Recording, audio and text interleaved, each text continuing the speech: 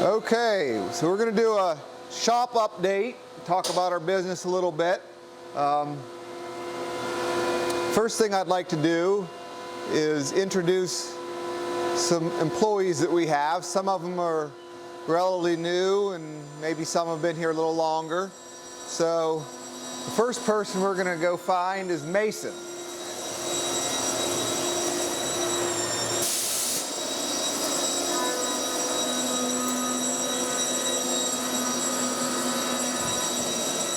Say hello, Mason. So Mason has been with us about 2 years. You may have seen him on another video, I think with the wood. Does a great job for us and we're lucky to have him as an employee. So keep up the good work, Mason. And this is Marshall. He's our newest employee. He's been here 2 days and he's doing a fine job. So he's running a lathe right now, doing a good job. Okay, so we're going to find one other employee.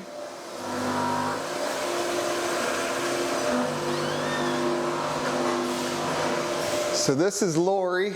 She's been working with us about a month or two, something like that.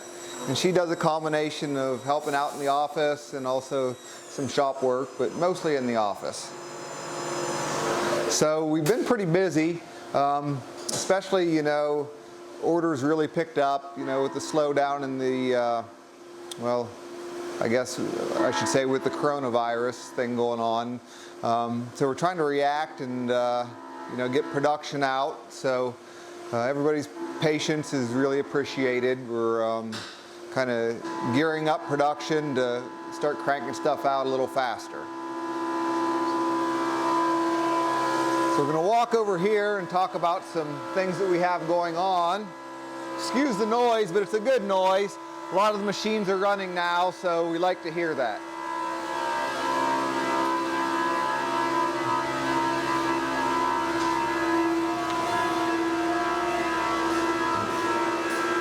So the biggest news we have is that we're going to be doing a lot of barrel work ourselves. So things are changing with regard to the barrels in our kits. So we're working with Green Mountain. They're going to produce a barrel blanks for us.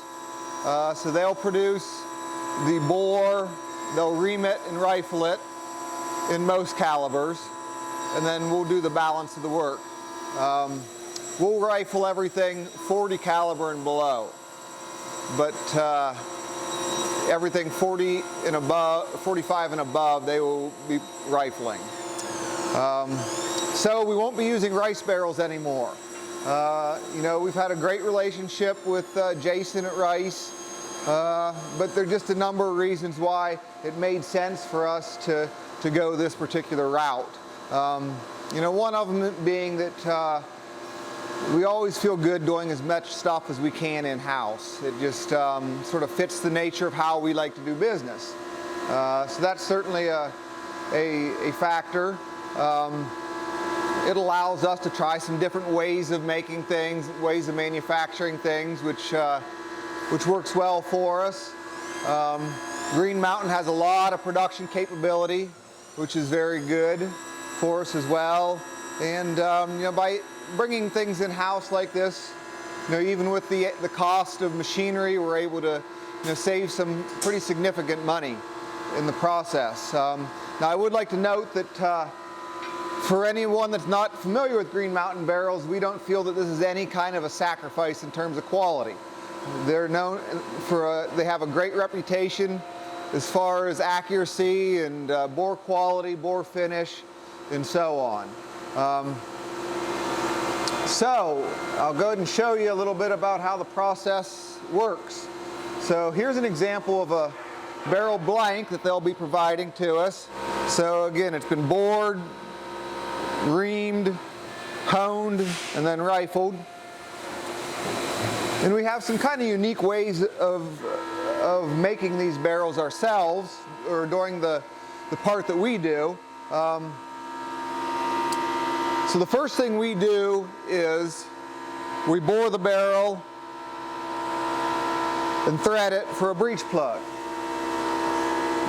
So that's done on the lathe over there that you saw Marshall working at. And we make breech plugs, as you can see. Breech plug blanks. That's actually what he's running right now. These will then, of course, thread into the end of the barrel to plug it up. Okay. From there, we machine the whole barrel, including the breech plug, in basically just 2 setups. So we have what we think is a real nice way of machining these barrels, and we're very happy how they've been turning out so far. So here's a sort of a little sampling of some of the barrels we've made.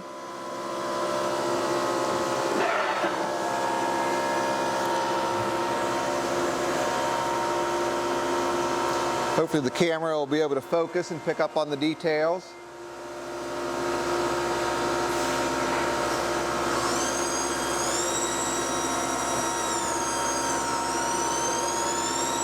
So the finish you see is pretty much the finish that comes right off the machine. So we're real pleased about that.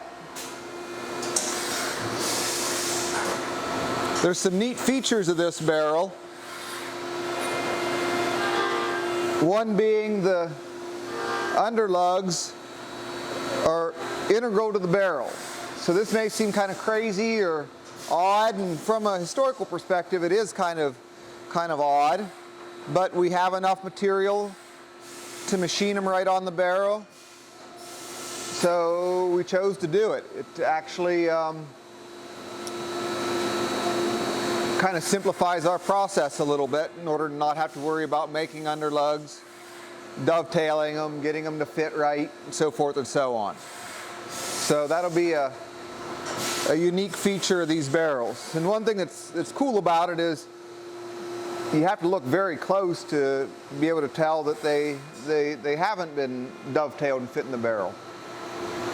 So that's a real kind of a unique thing. The barrels will come with the touch hole installed, milled flat. So that's all done during the machining operation. Since we machine the breech plugs right on the barrel, they'll be perfectly aligned. There won't be any kind of misorientation with rotation or anything. One thing that's real neat about these barrels, that's a good one to look at, get the dust off, is not only the surface finish, but also the shape of the barrel. So it traditionally in the modern era, swamp barrels have been made by basically connecting a series of straight lines and then blending those straight lines with some kind of a radius. But this is basically a continuous curve. So you won't see any of those kind of kinks that you sometimes see on modern made barrels. So we're real pleased with that. It's not something I never really considered a great deal in the past until we started making these, and we just noticed how nice of a shape they had. So I think it's sort of one of those examples where you get used to something, but when something changes, you kind of appreciate how it has changed. These are slightly different shaped barrels than the rice barrels we've used in the past, so they won't be interchangeable. Just wanted to let you know about that. See the bore here maybe. These happen to be 50 caliber that we're working on right now.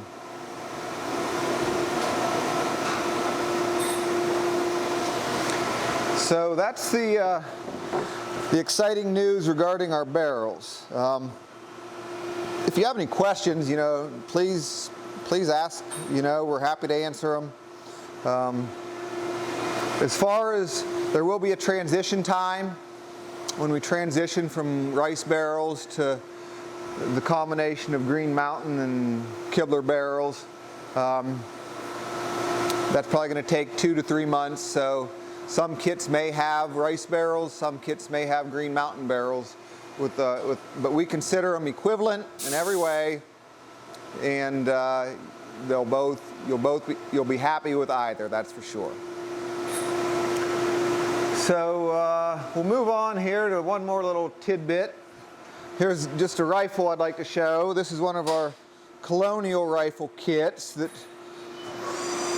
I assembled, and then my friend Ian did the carving and finishing on it. So just kind of something fun to show.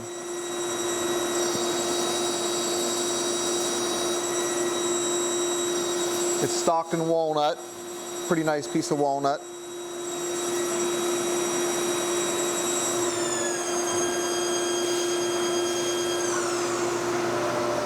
So I think that's about all I have right now. Like I say, we're working away hard every day, trying to get more and more stuff made. Maybe show you a few things we're working on here. Here's some more barrels, and you can see a whole bunch of lock plates that are being made right now. These are Ketlin lock plates. So that's the first operation of making these. So I think we made a batch of over 200 of these, 200 or 250. So we're working hard to get stuff out the door. It's taking a little while to get ramped up, but we'll get there. Okay, well, thanks guys, thanks everyone. If you have any questions, just ask. We're more than happy to answer what we can.